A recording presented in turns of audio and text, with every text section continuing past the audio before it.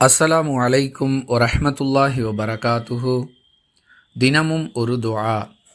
குழந்தை செல்வத்தை அல்லாஹ்விடம் எப்படி கேட்பது?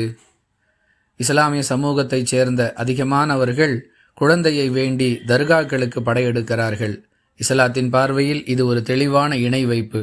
தனக்குரிய தேவைகளை அல்லாஹ்விடம் மட்டுமே கேட்க வேண்டும் என்று சொல்லக்கூடிய இஸ்லாமிய மார்க்கம் அதை எப்படி கேட்க வேண்டும் என்பதையும் நமக்கு மிக தெளிவாகவும் சுருக்கமாகவும் கற்றுக் கொடுக்கிறது. அந்த வகையில் ஒருவருக்கு குழந்தை செல்வம் வேண்டுமென்றால் அதை அல்லாஹ்விடம் அவர் இப்படித்தான் கேட்க வேண்டும் என்பதை திருக்குரானுடைய 3வது அத்தியாயத்தின் 38வது வசனத்திலிருந்து அறிந்து கொள்ளலாம்.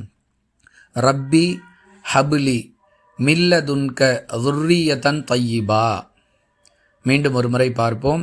ரப்பி ஹப்லி மில்லதுன்க துர்ரியதன் தய்யிபா. இறைவா, உன்னிடமிருந்து எனக்கு ஒரு தூய குழந்தையை தருவாயாக. குழந்தை வேண்டும் என்பதையும் அல்லாஹ்விடம் கேட்டுவிட்டோம்.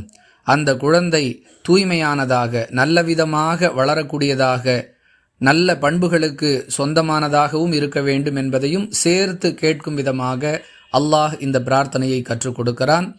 ரப்பி ஹபுலி மில்லதுன்க துர்ரியதன் தய்யிபா. வாஹிரு தஅவானா அனில் ஹம்துலில்லாஹி ரப்பில் ஆலமீன். அஸ்ஸலாமு அலைக்கும் வரஹ்மத்துல்லாஹி வபரகாத்துஹு.